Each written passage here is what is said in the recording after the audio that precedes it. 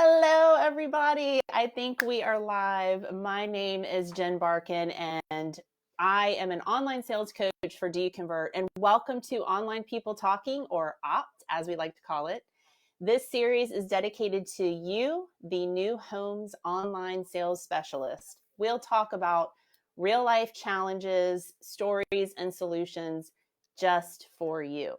And today, we are back live on Opt with our fabulous guest, Mike Lyon and Jessie Suggs, joining us today.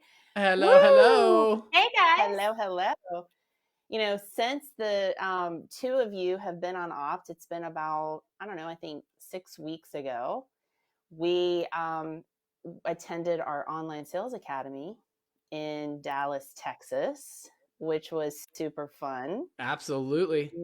Yeah, it was a super cool venue. What did you think about it, Mike?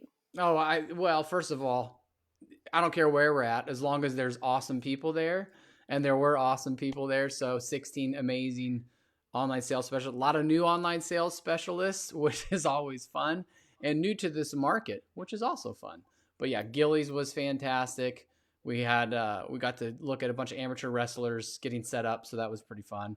All in all, great time. We're still going with the virtual stuff and enjoyed it a whole bunch. That's for sure. Yeah, we're in the middle of presenting, and I noticed some eyes were wondering and not focused on me, and I look around, and behind me are these wrestlers doing some sort of video thing in the background, and so of course we all had to go meet them and see what was going on. It was really cool. Well, Jessie, Mike, and I. What'd you say? You didn't want to get in there? I totally wanted to get in is it a ring? Wrestling ring or rink? Ring. Wrestling ring. It's a ring, even though it's a square. Yeah, I totally wanted to get in there, but as some people have said, I won't say who, some people have said maybe I'm a little bit accident prone.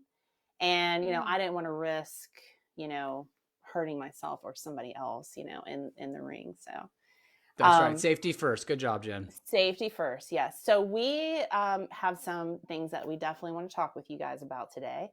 We're seeing some things change.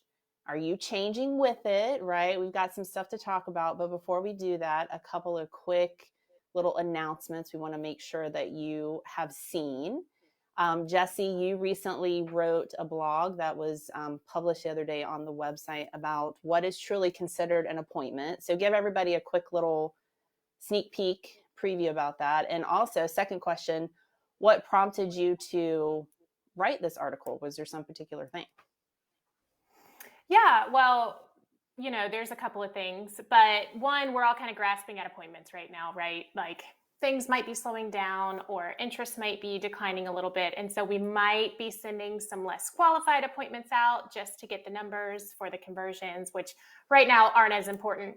But it's all about, what is considered an appointment. So we all know the 5 areas of qualification, right? So ensuring that we get all of those, making sure that it's at a specific place, at a specific time with a specific person.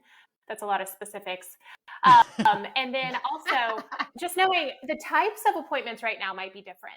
So right. We may prioritize virtual meetings if there's not a whole lot to sell in the community right now.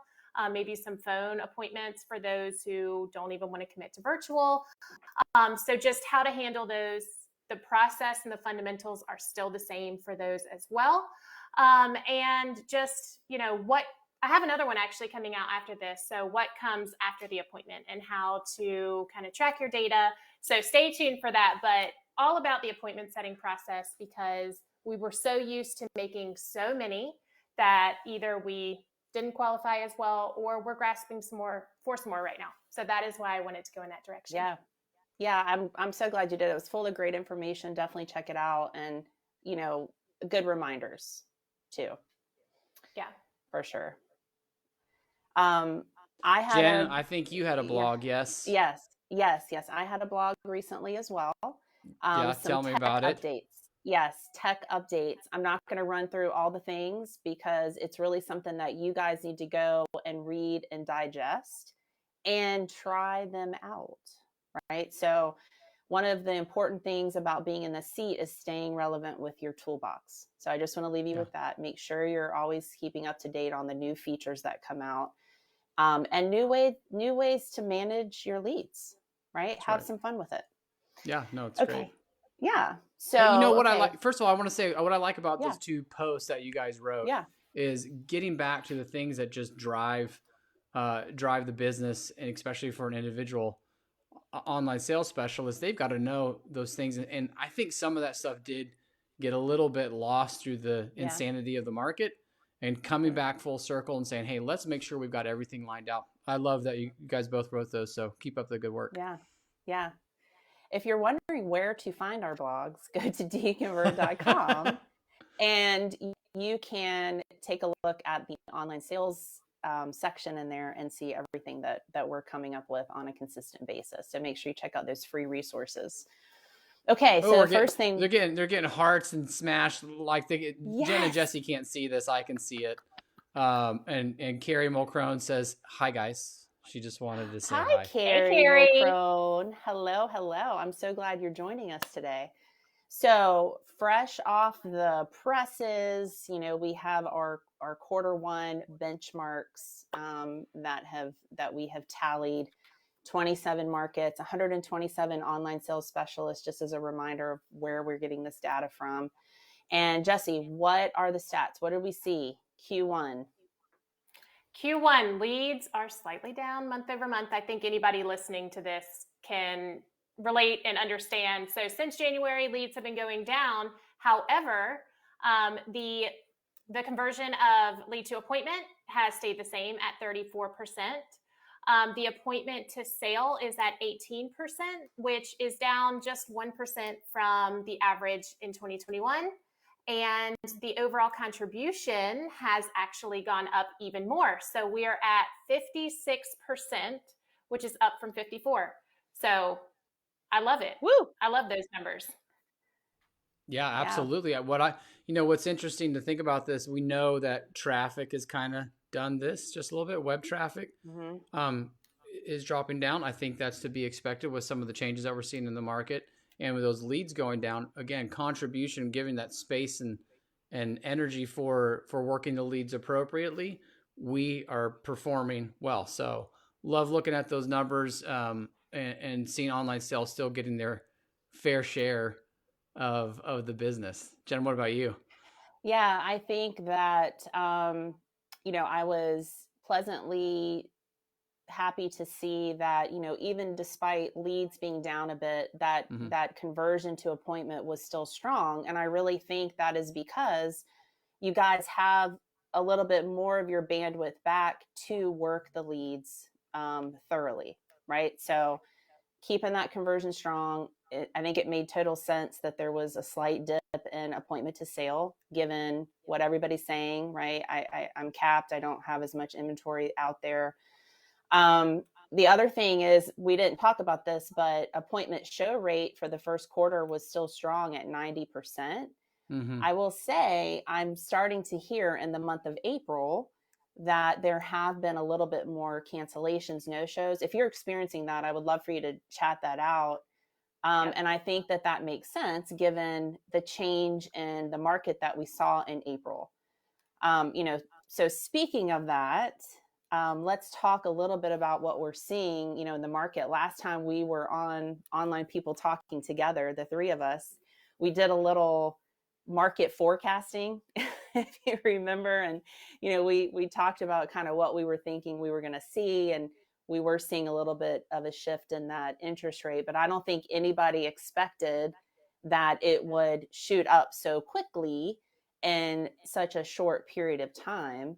Mike, what are your thoughts around what's happening in the market right now? Yeah, absolutely. Before we do that, Jessica says experiencing the same thing starting in April. Leslie says, yes, seeing some more cancellation. Right. Yeah. And Olga says, more often than not, if it's a no-show, it's a realtor appointment, which, I mean, listen, if people want to move quickly, a lot of times realtors are trying to make this stuff happen. And I think going back to what you said about the interest rates, we all knew it was coming. We all knew the rates were going to go up. We didn't think they'd go up this high in two weeks. So what that does is just creates a demand shock, like it just changes people's perspective. And it always takes a little bit of time to catch up. When you marry the interest rates with the price increases that we've seen, and then potential, delays of over 10 months, everybody who's used to kind of doing it one way or thinking about it one way or in one scenario or payments and price, they get a little bit skittish. And so we have to make sure we're talking through that. We're starting to see more. I mean, the news just came out today that adjustable rate mortgages are doubled, the number that they had before. And these aren't like the scary, freaky adjustable rate mortgages. These are well-qualified people. I think we're just going to start leveraging some additional tools like that to make sure that the pricing's still there. Now, the good news, even though it's happening in the market, the good news is we're not seeing a rash of used homes coming on inventory coming on the market, which again positions new homes in a better light, right? Because we're going to have that inventory no matter what's happening with pricing or interest rates. So availability is going to be huge. And the builders that we're talking with too, they're all doing the smart things and making sure they're going to leverage any kind of incentive towards even just those interest rates, buy downs, things like that. Buy downs. So, I was going to say buy downs. I think we'll start obviously seeing more of that. Yeah. One thing with the change in the market, I just want to give a little kind of hot tip. Like it's still not necessarily online sales responsibility to get deep into financing. Like, so we don't, even though it's going to be on people's minds, you want to have some very concise language around it saying, oh yeah, we definitely seen it go up, but it's only changing the payments on average this much, depending on what you're purchasing. But that's all stuff that they can cover with you once you get into it. Hey, let's focus on finding you the right home first. Yeah. Right. Because even in an environment like this where people say, well, what if it goes to 6.5? Maybe it does. Who knows? You still don't want to be 6.5 in the wrong home. Gross. Exactly. Right? So anyway, just stuff to think about. And the people that I'm sure, and give us some hearts if you're feeling like this, I'm hearing that the people that are looking, I mean, they need to move, right? I mean, the majority of them need a home. And so you're not really dealing with a lot of like tire kickers or looky-loos or things like that, right? So talking with them about that. But Jessie, what are you hearing from online sales right now? Are interest rates a concern? Like, what's the hot topics? Yeah, I think just like you and Mike just said, interest rates are the buzz right now. They're on all of the headlines. That's what people are worried about. But while this is kind of a conversation to navigate, it's something that we may be able to overcome, being able to have those conversations and get them in the door and have a home mortgage consultant walk them through their options. However, we did a little survey with some of our amazing online sales specialists to see kind of what their biggest challenges were right now. And by far, the biggest challenge is still the lack of inventory and opportunity. And it all kind of goes around financials in general, because even if there are options, it's often out of people's price points. And it's kind of like, what do we do with those people? What do we do now that someone has a budget of 600 and everything we have is over 800? And so it's just kind of mapping through how to put them in your database and how to follow up with them. But right now, this market seems a little scary, right? It's, we used to be so flooded and now there's been a decrease in leads, but we're just getting back to a normal market. And so it allows us time, just like we've been talking about this whole time, to get back to the fundamentals, to sift through all of those leads that came through in the influx and really see what you have to work with for now and in the future. You bring up a good point. I just want to piggyback on something that Jessie said that's really important. What to do with these people, how to put them in your CRM. Like, do I put them in my CRM? Yes. So you're still having the conversations. You're still finding out what they want, what they need, all of your qualifying areas, right? What's their budget, all those things. And you're still putting them in your CRM, putting notes, because guys, the work that you're doing now, I mean, who knows in 6 months what the situation will be. And if we haven't done that work now, we're going to be doing ourselves a disservice in the future.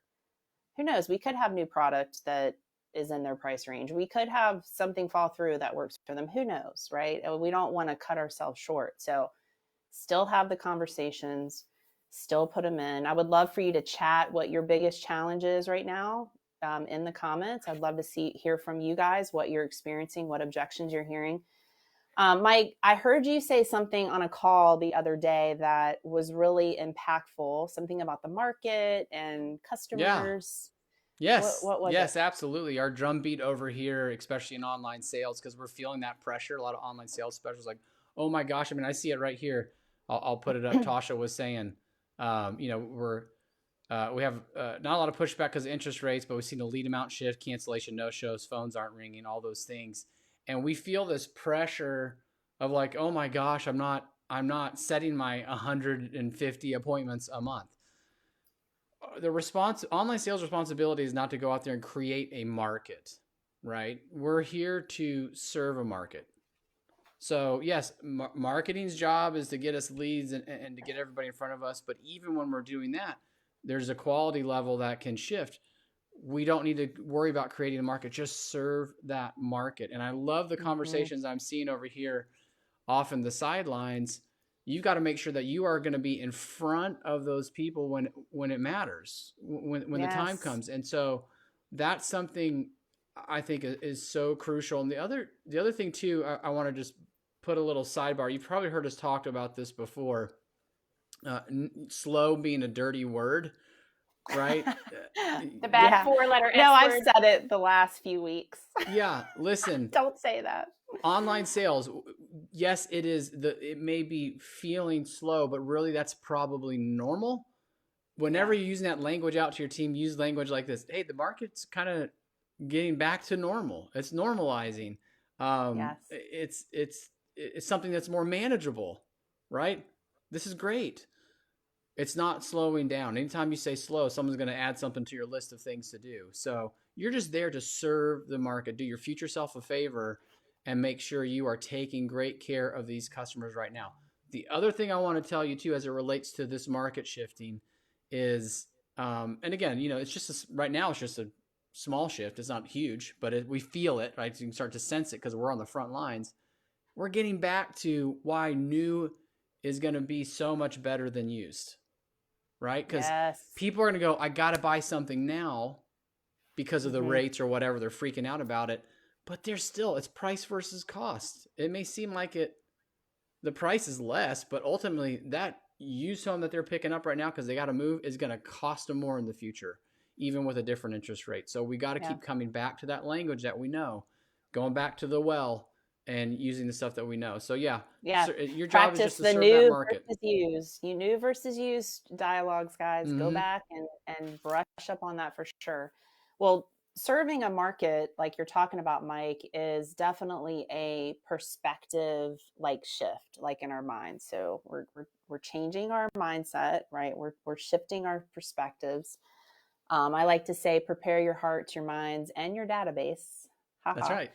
But listen, in all reality, a year ago, we were talking about how to manage the overwhelming amounts of leads. Like, oh my gosh, everybody was drowning. We were trying to help everybody figure that out. But like you were saying, traffic is down. So it feels you were running so hot that little bit of a shift feels like it's lukewarm, but it feels chilly to you, I guess is what I'm saying. Yeah. And I actually had somebody say to me yesterday that leads were down, they were freaking out or whatever. And I go in and look and they still had 200 leads a month, not even counting VIP, like 200 regular web leads. And I'm like, that's not slow. Like that is still very busy. Yep. Like, holy cow. Right. So just that is still really good and still gives you some margin to really work your leads. Jessie, what are your thoughts on that?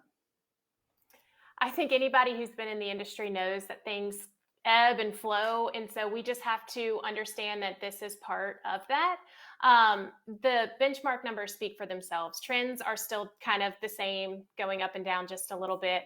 But I've actually heard recently that even though the number of leads coming in, like you guys are saying, have lowered, they're not necessarily as much of tire kickers. They're more serious. They're people that are like, oh, hey, okay, I've been waiting to buy a home because I've been waiting for prices to go down. And now not only are they not going down, but interest rates are increasing. So now's the time to purchase. And so you've got more serious buyers. And not only are you able to tend to them personally with the full process, I think right now people are like, okay, I've got all these people on this wait list. Nobody knows what to do with them. On-site selling to their walk-ins, and then mine comes secondary. We can't assume that all of those people are still interested anymore. And so right now, I think that the biggest way to contribute to your company is to make sure that your whole database is clean. Not only with people from a year ago, but even 3 months ago, because people who could buy 3 months ago may not be able to purchase anymore. We might be out of their budget, and that 100-person wait list that you have might actually be 5 people at this point. So make sure you're talking to the right people, you're calling the right people, and that you can go to leadership and say, hey, these are the real viable leads that we have for you. Yeah, guys, it might get a little uncomfortable, like kind of like getting back into the gym after you haven't worked out in a while. And I know I did some Pilates, I'm like, oh, I'm a little sore, right? Because it's been like 4 months since I did any of that Pilates. But, we're going to have to, like Jesse's saying, really work our database. We got to work our database. We got to get in there. And if anything, we've got to start talking to people, explain what's going on, see if they're still interested, and move them around, right, as to where it makes sense, right? Don't let them sit there. In the last few weeks, especially like when we were at the academy and coming back, I've actually, guys, heard of some folks burning out or moving on from the position. So I want to take a few minutes and just talk about, how to stay resilient in this market. We've just talked about some tough things and some things we've got to navigate. So Mike, like, what's your advice to OSCs? How do they stay motivated to keep grinding? Well, I mean, listen, it's everywhere, not just in our world and in our in this position. I do think that this position has a higher tendency because we run so hot, and it is hard to take time off, and we are trying to be on demand and all that stuff. And then as you're dealing with more what people would say negative conversations and or situations where customers aren't as excited anymore. Oh my gosh, I even see here a couple folks saying people are being priced out by $100,000 now with things going up. And again, if you're sitting there trying to create a market or change that person's situation, that becomes hard. But if you keep going back to that, how can I serve the market?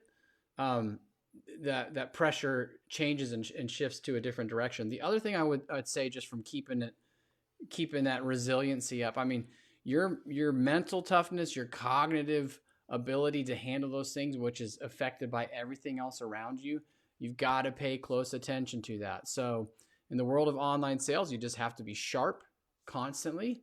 You've got to give yourself margin and breaks. You've got to raise your hand when you're feeling underwater, and you've got to talk to your leadership and make sure that they know anytime those situations are happening. So yeah, hang in there. I mean, the big thing is in challenging markets, online sales is just a huge benefit for any organization. So the fact that you've done what you've done through this market that we've been through and can continue into the market that's coming up, you should take huge pride in that. And, hopefully that can give you some motivation to keep on rolling. Heck yeah. Jessie, what about you? I think that everybody in the seat shares some type of personality trait that's similar. I mean, you've got to be a really special person to find yourself in the seat of an online sales specialist and be really successful. And so I think we all have some perfectionist tendencies. Like, we like to have things checked off a list. We like to get things done. We like to watch our conversion numbers change. And so we hyper focus on something. And so I think if we change what we focus on from conversions and from, what we can do to perfecting the process and going in and doing things the best that we can from what we learned maybe years ago or even just a couple of weeks ago when you started in the seat, will prove beneficial. So just kind of that mindset, like you said. But what I did also when I felt a little like, I wish there were more leads, or is there something else I can be doing? Is I made a game with myself, and it sounds silly and it sounds cheesy, but it worked for me. So maybe it'll work for you. But when I did something, I'd say the next day I'm going to do something more. So if I made 10 prospecting calls today, I'm going to make one more tomorrow. If I made one template email today, I'm going to make another one tomorrow. And so it's just, how can I press myself? And if we're being honest, when things start to slow down, all eyes turn to us because we are the keeper of the leads. And so it's kind of like self-protection. It's like, hey, look at all this stuff I've been doing while it's been slow. There's nothing else I could have been doing. I've been doing my best, and you can, feel good about the work that you've been doing. So a bunch of stuff you can do. I love that. I didn't know that's what you were going to talk about. And I just want to piggyback on that. Mine is not as eloquently spoken as Jessie, but I was on Instagram where I get all of my latest up-to-date information. And there was an influencer that was talking about like, man, like whenever I feel unmotivated, and this was like a motivational speaker, and he was like, listen, there's some days I do not feel motivated. Like, it's hard to be motivated every day. That's the reality, right? But when I don't feel motivated, I focus on discipline. And so, I'm thinking like that as it relates to online sales. And I'm thinking, okay, that makes sense. I don't feel motivated, but listen, I have a process. I have a process for everything that I do. New leads, VIP, phone, prospecting, there is a process in place. So when you don't feel motivated or you don't know exactly what to do, focus on the process. And don't forget, you guys are so much more than just there to set appointments, right? You're educators, you're tech wizards, you're influencers yourself in your organization. So, just remember those things when you start feeling a little meh, right? Okay, Mike and Jessie, any final words of advice as we move into this next quarter? Jessie, you go first. Yeah, I have some advice. And that is that I love when the pressure's on. Like I said, we all share some type of common ground here in online sales, and this is really our time to shine. So take the time to put on your cape and let your company recognize you as the hero that you are. And just know that what you're doing is making a difference for the company, whether it's through appointments or through cleanup or through conversations. What you're doing just really matters. So that's my piece of advice. Take away. I love it. I also, before Mike gives his words of wisdom, if anybody has any great advice that's watching, how to stay motivated, what you do to recharge, I would love for you to comment and just kind of share your thoughts, because we're a community here. We're all learning from each other. So feel free to share that. Mike, what's your advice as we move into this next quarter? Listen, at the end of the day, appointments that are harder to get feel better when you get them. So, oh man, that's just, I've heard this from multiple online sales specialists. They're like, I know it's a little bit harder, but this feels like I worked for it. I earned this one. Mm-hmm. And I'm not saying we weren't earning it before, because we were earning it in a different way. But yeah, those appointments that take a little bit more always feel nicer. That's the best. It does feel good. Yeah. I used to I love that, right? And like the chase of like, I have worked this prospect, right? I know everything about this person, their whole situation, their kids, their challenges, and being able to get those people to the finish line and just help them. That is the best. That is the best. Final words from me, a little bit different, is, I encourage you guys to let your guards down a little bit, open yourselves up to new ways to do things, open yourselves up to being coached and managed and mentored. And funny enough, as I was putting my notes together, I saw an article that Jeff Shore and Amy O'Connor had put out on LinkedIn about this very thing for salespeople. And I thought, okay, yes, like, we've come off of this hot market where we've just been doing, we've just been kind of going through the motions. And so we are going to have to get back to being coached and like getting those skills, like, so if your manager comes to you and is like, hey, we're going to listen to calls, we're going to look at your processes, we're going to get in there, we're going to do some deep diving, don't have your guard up, right? It's okay. Be open to learning. We can all learn something new. Even if we think we can't, we can all learn something new. So open your hearts and your minds to that. Okay. Do we have any other comments or anything from the peanut gallery, Mike? I can't see those. Oh, absolutely. Can you see those when they go up on the screen right now? Yes, I can see that. Yes. Yeah. Each day we are virtual learning check-in. Yes. So, a lot of people have moved remote, right? And having those huddles, team check-ins, that is a great way to stay motivated and connected.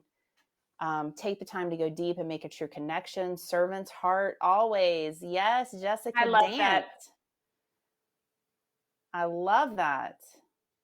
Yes, if we're approaching, our customers with a servant's heart, then you'll never lose. Follow your GPS gifts and passions for serving. Thank you, Carrie Mulcrone. Okay. Any final thank you, everybody. words? This was awesome. It's good always to be with you, Jen. Thank you for what you continue to do from the Online People Talking. I love this format, and we'll keep sending out some more great stuff. Jen, where can they find all of our good stuff? Yes, guys, if you are not aware, definitely go to doyouconvert.com. Like I said earlier, tons of free resources for you, from marketing to online sales. Also, make sure you sign up for the newsletter, because you'll get updates to your email whenever we have new information coming out about events, blogs, webinars, anything that we're doing out there in the world. So make sure you sign up for that. Definitely check out Market Proof Marketing Podcast. If you're not aware of that, Kevin Oakley and Andrew Peak and his team. And Online Sales is special guest on there sometimes. So I just want to say, it's not always marketing. Sometimes we get on and give our 2 cents about stuff from online sales land. So make sure you're feeding your minds with all of that great information and resources out there. And last thing I want to say before we go, our Online Sales and Marketing Summit did sell out in record time. But definitely go and sign up for, if you didn't get a ticket, sign up for the wait list, because who knows, and who knows what happens, and you want to get notified if we do happen to have more tickets released. So we will see you next time on Online People Talking. Bye, everybody.